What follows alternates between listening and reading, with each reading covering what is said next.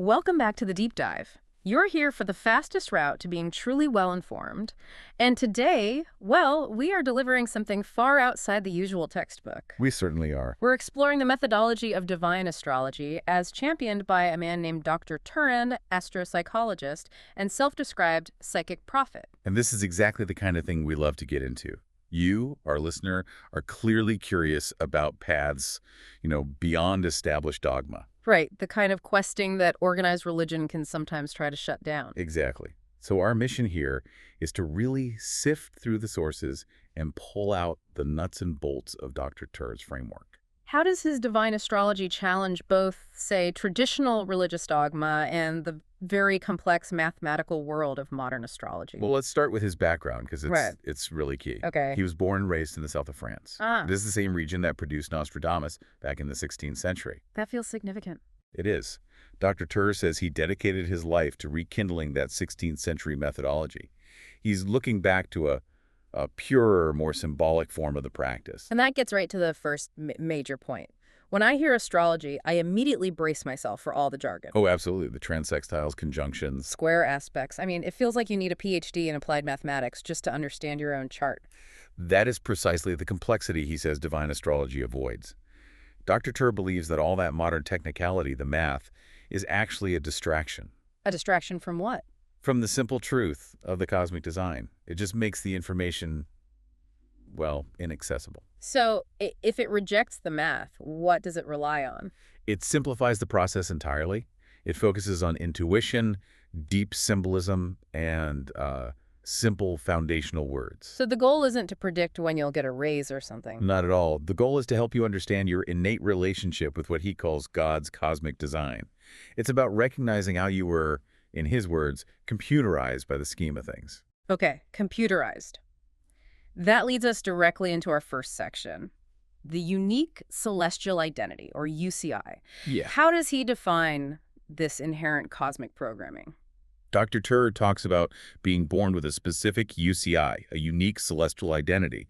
He says this allows certain people, himself included, to tap into what he calls supracosmic consciousness. So it's not just self-awareness, it's something bigger. It's a direct line to universal archetypes, yeah. That sounds like a profound gift. But the source material says he also views this knowledge as a potential curse. Right. Why would that be a curse? It comes down to human nature, really. He says people are often unwilling or just unready to truly delegate to cosmic consciousness. It is so much easier. To stick with what you know. Exactly. It's more comfortable to stick with the religious indoctrination you were raised with. The truth is demanding. Comfort is cheap. And this is where he gets into his most radical position, the direct critique of religion. He doesn't mince words at all. He calls it a big manipulation agenda. He argues that when man's religious folly, so human-made dogma, replaces what he calls ultimate divine jurisdiction, you get chaos. That's his central thesis. You get the conflicts and ignorance we see all over the world. And to back that up, he claims the Bible itself isn't divine scripture, but a man-made document. That's right. He argues it's been edited over and over for centuries to fit whatever the current jurisdiction requires. He even uses modern examples, right? Yeah, like the church adapting to include women priests or the LGBTQ+ community. He doesn't see that as spiritual evolution. He sees it as what? A survival mechanism. An institutional survival mechanism. It just proves the rules are negotiable and temporary. This critique culminates in a really shocking claim about one of the oldest spiritual concepts, hell. It's extremely radical. He says you don't go to hell when you die. You're already in it. You are already in hell in your ignorance and your fears. Hell is a state of mind right now. So the only way to turn that hell into a paradise is by building cosmic consciousness. And by using the stars that he says were given to you as a birthright. It's interesting, his own belief was really solidified by a very visceral reaction to the church as a child. That personal story is so telling. He remembers running out of church when he was 8 or 9. Why? He was just terrified by the sight of the man on the cross. And then he had this strong reaction to the priest who, as he put it, stank wine. So that raw subconscious rejection told him something. It solidified his intuition that the traditional man-made path was just the wrong way to find God. Okay, so if the UCI is our wiring, that takes us to section 2, intuition. If the mind is a computer, is the cosmic code the operating system? That's a perfect way to put it. He sees the human mind as a biocomputer, reacting to stimuli from the universal mind. And intuition is part of that. Intuition is the core part of that cosmic code. It's the built-in OS that lets you perceive reality beyond your 5 rational senses. And this preset coding determines our natural talents, which he breaks down by the elemental signs. Exactly. So if your celestial identity is heavily loaded with, say, earth signs, Taurus, Virgo, Capricorn. right, you are preset for logic, stability, structure. You're rational, practical. Which leads to certain professions. Naturally. Things like engineering, mathematics, finance. These people often end up in positions of established power. Grounded. So what about the other end of the spectrum, the highly intuitive water signs? Water signs, that's Cancer, Scorpio, Pisces. They are preset for creativity, sensitivity, psychic perception. So they're drawn to the non-rational side of life. Absolutely. They become artists, painters, poets, spiritual guides. His point is, you were born with a specific, undeniable skill set. We actually got a real-time example of this when we first tried to interview him. We had all these chaotic technical problems. Oh, right. And he didn't miss a beat. No, he just used it as a teaching moment. He said, in his world, there are no accidents, only cosmic circumstances that we fail to investigate. So an apparent problem is actually the universe forcing a pause. Forcing a reroute, yeah. And this philosophy completely reframes something like Mercury retrograde. Which modern culture just treats as this pop astrology superstition, like don't sign contracts. Right. But in divine astrology, Mercury is the planet of communication, commerce, transportation. When it's retrograde, it does try to stop forward movement. But he sees that as a gift. A gift, yes. Yeah. It forces a period of introspection, retrospection, and reevaluation. The danger comes when you just push through and ignore the cosmic warning. Is there a concrete example of that? He cited a specific time when President Trump signed several bills that he said significantly impacted jobs, and he did it during a Mercury retrograde cycle. So he took this major action when the stars were demanding a pause. Exactly. And in Dr. Turi's view, the result was consequences that took months to unravel. It was a perfect example of ignoring the cosmic design. That brings us to the macro level, to Section 3, the age of transition. We're moving out of a 2,000-year cycle, the age of Pisces. A vast cycle. And that age was ruled by Neptune. Lord of the Seas, imagination. But also deception and addiction. So for 2,000 years, humanity had a choice.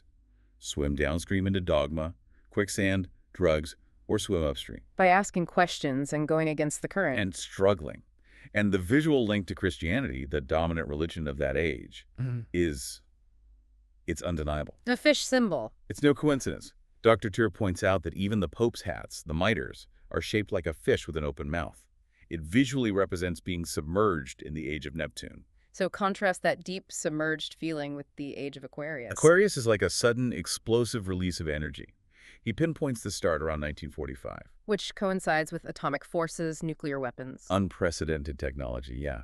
He notes humanity has made more discoveries in the last 50 years under Aquarius than in the entire 2,000 years of Pisces. We're talking AI, UFOs, a push for humanitarianism. It's a complete shift in vibration. And he applies these planetary rulers to entire nations, not just people. Right, so the cosmic design applies to countries too, like the USA. The USA is a Cancer country founded on July 4th.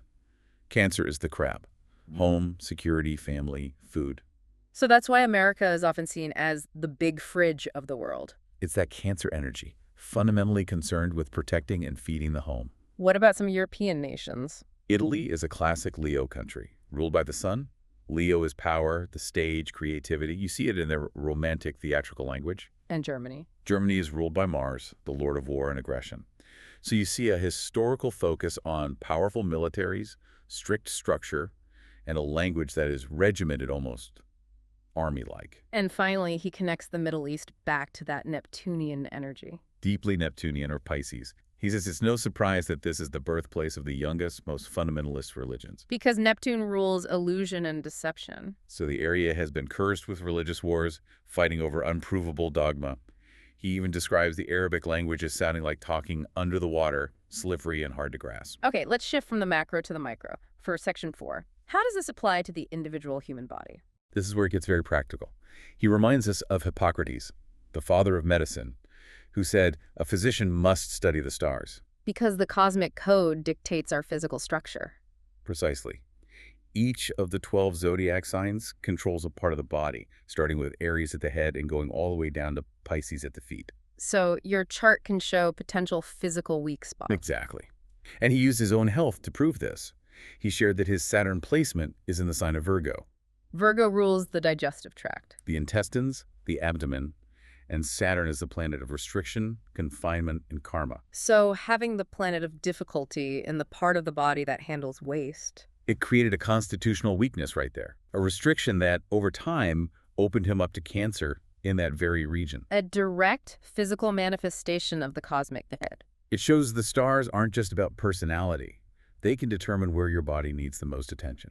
And he mirrors this physical vulnerability with a historical one, a controversial claim about religious institutions suppressing cosmic knowledge. He argues that the Spanish and Portuguese, endorsed by the Vatican, deliberately destroyed ancient temples across South America. He calls them vortices of energy and knowledge, not just buildings. And instead of preserving that wisdom, They melted the gold and built churches right on top of the foundations. a deliberate act, using those powerful energetic centers to expand what he calls the cancer of dogma and manipulation, And he points to things like the Mayan calendar. saying it's functionally an astrological chart showing this shared wisdom was deliberately erased. Which brings us to our final section, the path forward for the truth seeker. If someone comes to him for answers outside of dogma, what's the process? First, you have to genuinely be a truth seeker. If you come with your mind already made up, it's not going to work. Second, discipline. What does he mean by that? He's very clear. He says, don't talk because I have more answers than you have questions. Listening is paramount. And what's the core educational framework? What tools do you get? It focuses on the structure of life. You'll learn the 12 signs, but more importantly, the 12 houses. The departments of human experience. Everything from career and marriage to health and your public reputation. And then you have to understand the big planetary forces like Jupiter and Saturn. Exactly. You learn to work with Jupiter, the great benefit for expansion and opportunity, and you learn to understand Saturn, the great malefic. The planet of karma and restriction. Right. Understanding where your Saturn is helps you handle stress and build real structure instead of just collapsing under the pressure. So what's the ultimate goal for you, the listener, in achieving this cosmic consciousness? It's about living a safer and more productive life, built on a system that is repeatable and proven. He argues the spiritual void left by dogma is profoundly damaging. He does. He says, without feeding the spirit this cosmic knowledge, our children are being destroyed. He even cites school shootings as a subconscious cry for this missing spiritual understanding. So this deep dive has really shown that divine astrology offers a radical way to reclaim individual divinity, to question dogma, and see the stars as signs from the Creator. That's the core of it. Dr. Turi believes information is invaluable.